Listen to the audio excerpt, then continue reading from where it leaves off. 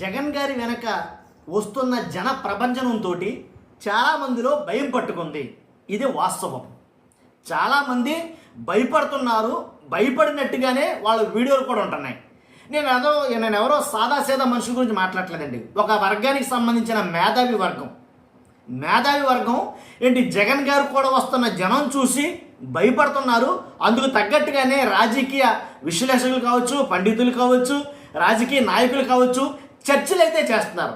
వీటి మీదే జగన్ గారు కూడా అంత జనం ఎందుకు వస్తున్నారు, ఎన్ని కట్టుదిట్టాలు చేసినా సరే, ఎన్ని ఏర్పాట్లు చేసినా సరే, ఎన్ని ఆంక్షలు పెట్టినా సరే జగన్ గారు కూడా అంత జనం ఎందుకు ఉంటున్నారు.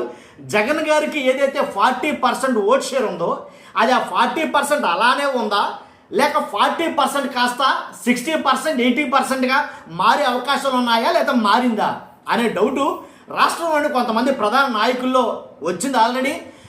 వాళ్ళకి సంబంధించినటువంటి మీడియా ఏదైతే ఉందో, వాళ్ళకు అనుకూలంగా ఉన్న మీడియా ఏదైతే ఉందో ఆ మీడియాలో కూడా సేమ్ అవే కథనాలు వస్తున్నాయి. ఎగ్జాంపుల్ చెప్పమంటారా? చెప్తాను నేను. వాళ్ళకి ఆ భయం ఎప్పుడైతే స్టార్ట్ అయిందో అప్పుడు ఖచ్చితంగా జగన్ గారి గెలుపు స్టార్ట్ అయ్యింది అనైతే కనుక ఒక రాజకీయంగా ఒక చర్చ అయితే లెగిసింది. అది వాస్తవమేనా? వాళ్ళ భయంతోనే జగన్ గారి గెలుపు ఖాయమైందంటారా? కాబట్టి ఇలాంటి విశ్లేషణ అయితే కనుక ఈ వీడియోలో ఉండబోతుంది. ఆధారాలతోనే, లేనిపోయిన మాటలైతే ఉండవు, కల్పితాలు కట్టుకథలు అసలు ఉండవు. ఆధారాలతోటి విశ్లేషిద్దాం ఏది వాస్తవం. నిజంగా జగన్ గారు కూడా వస్తున్న జనం బట్టి రాష్ట్రంలో ఒక ప్రధాన చర్చ నడుస్తుందండి, సర్వేలతో సహా అన్నీ మనం చెప్దాం. చెప్పే ముందు నాకు రిక్వెస్ట్ ఉందండి, వీడియో ఎండ్ వరకు అయితే చూడండి, మీకు క్లారిటీ వస్తుంది. నేను బుల్లెట్ పాయింట్స్ లాంటి ఒక 6 పాయింట్లతోటి ఈ వీడియో ముగించబోస్తాం. కాబట్టి ఎండ వరకు చూడండి, కొంచెం ఎంతైనా కంగారు పడద్దు. ఫస్ట్ అయితే కనుక రాష్ట్రం మొత్తం తెలియాలి కాబట్టి, రాష్ట్ర ప్రజలందరికీ వాస్తవాలు ఏంటో తెలియాలి కాబట్టి మీ బాధ్యతగా మీరు లైక్ చేయండి అని చెప్తాను నేను. మీరు లైక్ చేస్తే ఎక్కువ మందికి ఇన్ఫర్మేషన్ షేర్ అవుతుంది. కొత్తగా మన ఛానల్ చూస్తే పక్కాగా సబ్స్క్రైబ్ చేయండి. మీ అమూల్యమైన అభిప్రాయాన్ని కామెంట్ రూపంలో తెలియజేయండి. ఏంటది? వాళ్ళ భయంతోనే జగన్ గారి గెలుపు ఖాయమా అంటే ఖాయమే అంటాను నేను. ఎందుకని వాళ్ళు భయపడుతున్నారంటే మామూలు విషయం కాదు. మీరో నేనో లేకపోతే దారిపోయిన దానయ్యో భయపడ్డాడంటే అసలు అందులో మాట్లాడాల్సిన మ్యాటరే లేదు. కానీ వాళ్ళు భయపడుతున్నారు. ఎవరు వాళ్ళు అంటే ఇప్పుడు కూటమి ప్రభుత్వంలో ఉన్న అధికారంలో ఉన్నటువంటి టీడీపీ కావచ్చు, జనసేన కావచ్చు, వీళ్ళకి సంబంధించిన మీడియా ఉంది. ఇది వాస్తవమే, ఇంకా దీంట్లో ముసుగులో కుదిరాటం లేదు. టీడీపీకి జనసేనకి సంబంధించిన మీడియా అంటూ ఉంది. జనసేనను సపోర్ట్ చేసే మీడియా ఉంది. టీడీపీకి ఎప్పుడూ అనుకూలంగా, అది ఎప్పుడో ఇంచుమించుగా తరతరాలకు వస్తున్న మీడియా ఉంది. ఆ మీడియాలో ఏబిఎన్ కావచ్చు, ఈటీవీ కావచ్చు, లేదా మహా న్యూస్ కావచ్చు, ఆ వంశీ గారని, లేదా ఆంధ్రజ్యోతి రాధాకృష్ణ గారని, ఇలాంటి మహా మేధావులు అని చెప్పుకునే వాళ్ళు కూడా భయపడుతున్నారు అనైతే క్లియర్ కట్గా అర్థమవుతుంది. వాళ్ళ వీడియోల్లోనే ఒక కార్యక్రమం, ఇన్సైడ్ అనే ఒక కార్యక్రమంలో ఏంటి వాళ్ళు చెప్తున్న మాట ఏంటంటే, జగన్ గారు కూడా వస్తున్న జనమంతా కూడా హార్డ్ కోర్ ఫ్యాన్సే, దాంట్లో ఎలాంటి డౌట్ లేదు, జగన్ గారు అభిమానులే వాళ్ళు, జగన్ గారిని నమ్మే వస్తున్నారు వాళ్ళు అనేది చెప్తున్నారు ఒక వీడియోలో. ఇలా కొన్ని విశ్లేషణలు అయితే చేద్దామండి ఖచ్చితంగా. ఎలా అంటే, కానీ ఎందుకు భయపడుతున్నారో నువ్వు ఎలా చెప్తున్నావు, వాళ్ళు భయపడుతున్నారని నువ్వు ఎలా అనగలుగుతున్నావు అని అంటే కనుక ఖచ్చితంగా చెప్తాను నేను. ఎలా అంటే, ప్రత్యక్షంగా జగన్ గారు కూడా పరిగెడుతున్న వాళ్ళు లైవ్లో మనకు కనపడుతున్నారు. ఇది వరకు అండి ఏది చెప్తుంది నమ్మేసేవారు జనాలు, ఇప్పుడు ఎవరో నమ్మరు. జనాలు కూడా తెలివితేటలు పెరిగినాయి. అది లైవా లేదా ఫేక్ వీడియోనా లేదా రికార్డెడ్ వీడియోనా అని క్లియర్ కట్గా పరిశీలించుకుని మరీ మాట్లాడుకుంటున్నారు ఏ విషయమైనా సరే. కాబట్టి లైవ్ చూసి జగన్ గారి పర్యటనలో జగన్ గారు కూడా వెళ్తున్న జనాన్ని లైవ్లో చూసి నిర్ధారించుకుంటున్నారు. కానీ గొప్పతనం ఏంటంటే, లైవ్ వీడియోలు కూడా ఆ ఫుటేజులతో సహా టెలికాస్ట్ చేస్తూ ఉంటే, అలా కనబడుతుంటే ఈటీవీ కావచ్చు, ఏబిఎన్ కావచ్చు, లేకపోతే రాధాకృష్ణ గారు, మహానీస్ వంశీ గారు, టీవీ5 మూర్తి గారు, సాంబా గారు, ఇలాంటి ప్రముఖులు అందరూ కూడా మాట్లాడుతున్న మాటలు కొన్ని ఉన్నాయి. అందుకే నేను భయపడుతున్నారని చెప్పా. ఎందుకు భయపడతారన్నానంటే, వాళ్ళు భయపడుతున్నారంటే ఏదో ఉంది అనేది మీకు అర్థమవుతుంది క్లియర్గా. వీడియో ఎండ వరకు చూసినప్పుడు మీకు ఒక క్లారిటీ వస్తుంది. వీళ్ళు ఎందుకు భయపడుతున్నారని నేను అన్నానంటే, జనం లేరు అని అంటాడు ఒక ఛానల్ ఆయన. అసలు జగన్ గారు కూడా జనమే లేరంటాడు. తర్వాత అని ఒక వీడియో చేస్తాడు. ఇంకో ఆయన ఏమో జనం ఉన్నారు కానీ అది ఫేక్ వీడియోలు అంటాడు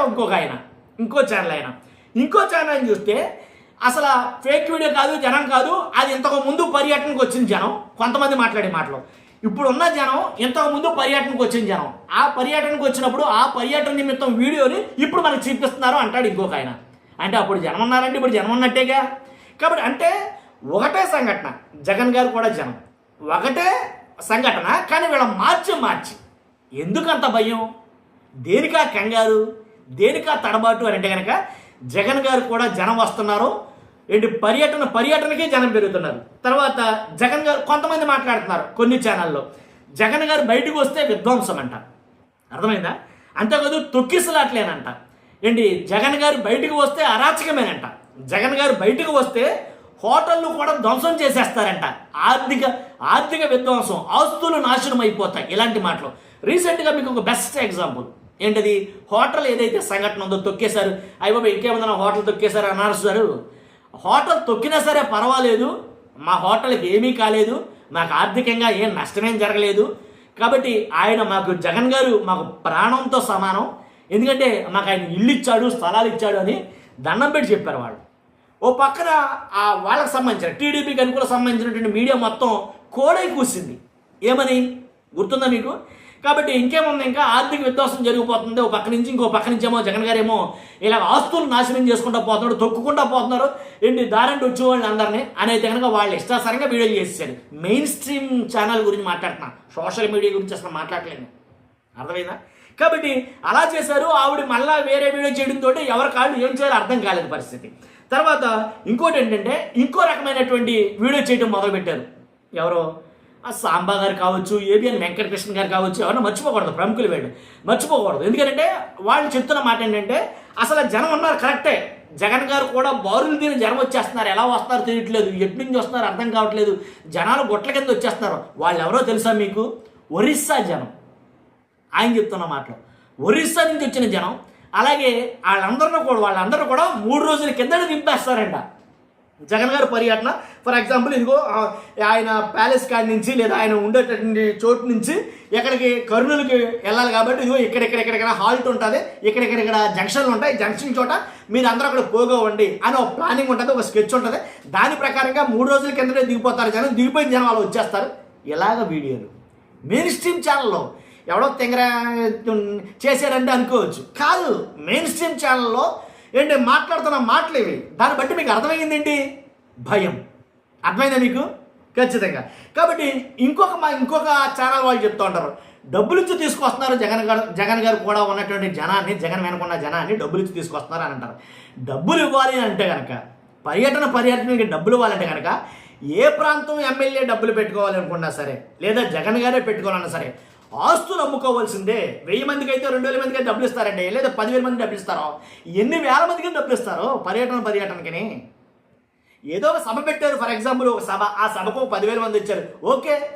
కానీ అసలు లెక్కకి మిక్కిలి ముప్పడిగా వచ్చేస్తున్నారు. ఎంతమంది వస్తారో ఎవరు ఎక్స్పెక్ట్ చేయలేనటువంటి విషయం. కానీ ఎంతమందికి డబ్బులు తీసుకొస్తారో, పైగా డబ్బులు ఇచ్చారని అంటున్నారు కదా, 300 ఇచ్చారో 200 ఇచ్చారో 500 ఇచ్చారని చెప్పుకొస్తున్నారు. కొన్ని వీడియోలు పెడతారు దాని తగ్గట్టుగానే. కాకపోతే నేను చెప్పేది ఏంటంటే, డబ్బులు ఇచ్చిన వాళ్ళు పోలీసులతో ఎందుకు తిట్టించుకుంటారో, డబ్బులు ఇచ్చి వచ్చే వాళ్ళు పోలీసులతో ఎందుకు తిట్టించుకుంటారో, పోలీసులు చెక్ పోస్టులు పెడితే చెక్ పోస్టులను దాటుకుని రిస్క్ చేసి ఎందుకు వెళ్తారో, మన డబ్బులు మనకు అందేయాలని ఎందుకు వచ్చిన కూడా దీనికోసం 200 300 కోసం మనం ఈ తిప్పలేం పడతారా బాబు అని అనుకుని వెనక్కి వెళ్ళిపోతారు కదా. మరి ఎందుకని బోధులు దూకేస్తున్నారో, కాలువలు దాటేస్తున్నారో, తర్వాత గుట్లో మెట్లో ఏంటి ఎక్కడ పడితే అక్కడికి ఏదో దారి కనపడాలి మనకి, ఎలాగైనా పర్లా చుట్టూ తిరిగి వెళ్ళిపోతారు అవసరమైతే. ఆంధ్రప్రదేశ్ కట్టేస్తే హైదరాబాద్ తిరిగి వచ్చేటట్టున్నారు కదా వాళ్ళు. కాబట్టి వాళ్ళు డబ్బులు ఇస్తే వచ్చే జనమా అలా ఉంటారా? తర్వాత ఇదంతా ఒక ఎత్తు అయితే కనుక కూటమి పార్టీ చేస్తున్న కొన్ని కార్యక్రమాలు చూస్తే కూటమిలో ఒక రకమైనటువంటి భయం స్టార్ట్ అయ్యిందేమో నాకు అనిపించింది. ఎందుకు చెప్పమంటారా? ఏదైతే గొడ్డలి పార్టీ అని ముద్ర వేశారు కదా, గొడ్డలి పార్టీ అని. ఎందుకని పదే గొడ్డలి పార్టీ ముద్ర అంటే మీరు అబ్జర్వ్ చేయొచ్చు, జగన్ గారి పర్యటనలు ప్రారంభించిన నాటికాడి నుంచి ఈ గొడ్డలి పార్టీ అనేది అంశాన్ని లేవనెత్తారు, పైకి తీసుకొచ్చారు. ఇప్పుడు ఎక్కడ మాట్లాడినా సరే, అది ఏ సభ అయినా సరే, సందర్భం ఏదైనా సరే, సందర్భమైనా అసందర్భమైనా సరే, గొడ్డల పార్టీ. ఎందుకని అన్నిసార్లు గొడ్డల పార్టీ అని పదే తలుచుకోవడం జరుగుతుంది? అంతలా భయపెట్టాడా జగన్మోహన్ రెడ్డి గారు అని కొంతమంది విశ్లేషకులు మాట్లాడుతున్నారు. ఎందుకంటే గొడ్డలి పార్టీ అని అనడానికి సరైన ప్రాథమిక ఆధారాలు ఏమన్నాయా? జనాలు ఆలోచించరంటారా? జనాలు అంత అమాయకులు అంటారా? ఎందుకని బాబాయిని హత్య చేసిన జగన్ గొడ్డల పార్టీ తందే అని అంటే, అసలు ఆ కేసులో అసలు జగన్ గారే లేరు అసలు. అర్థమైందా? కోర్టులో చెప్పాయి ఆ మాట, జగన్ గారికి సంబంధం లేదని. మరి అలాంటప్పుడు చెప్పేసిన తర్వాత ఈ మాట నాకు తెలిసినట్టుగా జనాలకు తెలియదు అంటారా అనేది, మరి వాళ్ళకు తెలియదు అంటారా ఈ మాట? అన్నిసార్లు మనం పదే పదే పదే పదే గొడ్ల పార్టీ అంటే జనం నమ్ముతారా? ఇంకోటి కాకపోతే అంటే పదే పదే చెప్పడం వల్ల మీ భయం బయటికి కనబడుతుంది. నేను అనేది ఏంటంటే వాళ్ళ భయం బయటికి కనబడుతుంది తప్ప అది ఆ జగన్ గారికి ఇంపాక్ట్ అని అనుకోవడంలో పొరపాటే నన్ను అడిగితే కనుక. దాంట్లో ఎలాంటి డౌట్ లేదు.